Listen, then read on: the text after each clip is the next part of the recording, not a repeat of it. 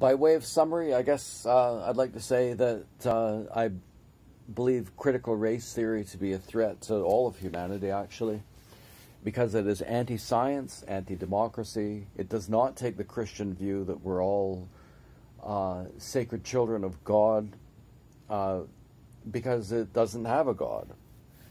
So maybe this is a good way to segue into the main point of these lectures, I guess. And that's to talk about the similarities and differences between critical race theory and religion. The main difference is critical race theory doesn't have a God. I don't believe in God either. I don't believe in anything supernatural. So on that level, critical race theorists and I are copacetic. I don't need a God to tell me that every human being is precious. If other people do, that's totally okay with me.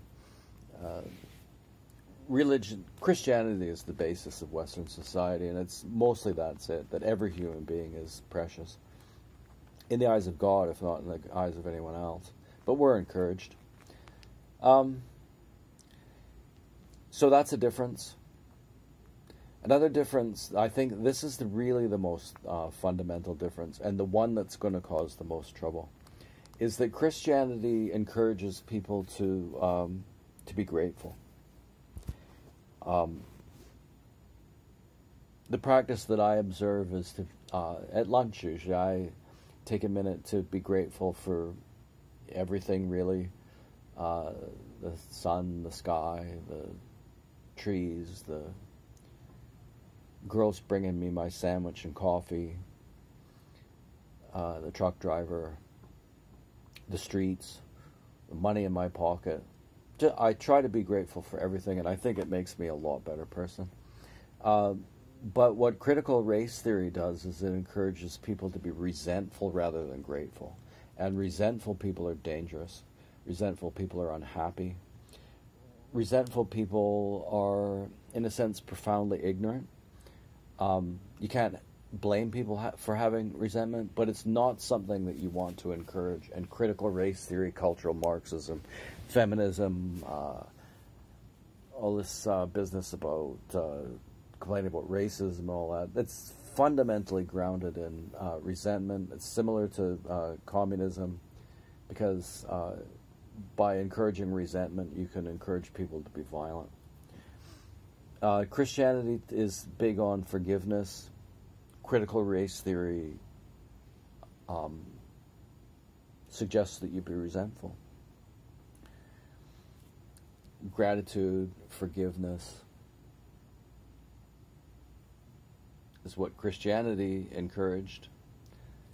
Resentment are what critical race theory encourages. That's the biggest and most important difference. And the one that's going to lead to, it's not going to lead to problems. It's already led to huge problems. So let's get started on the similarities. The similarities between critical race theory and religion, and this applies actually to nationalities and sports groups and a million other things, but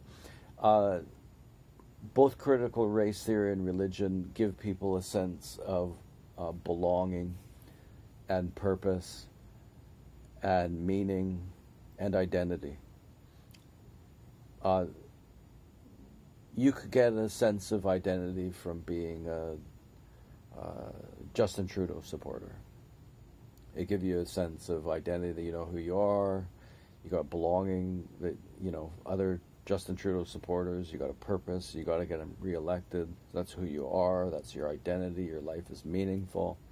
And all of those are us really important human needs that can be satisfied in a lot of different ways. Unfortunately, people are taking meaning from critical race theory, and critical race theory encourages resentment.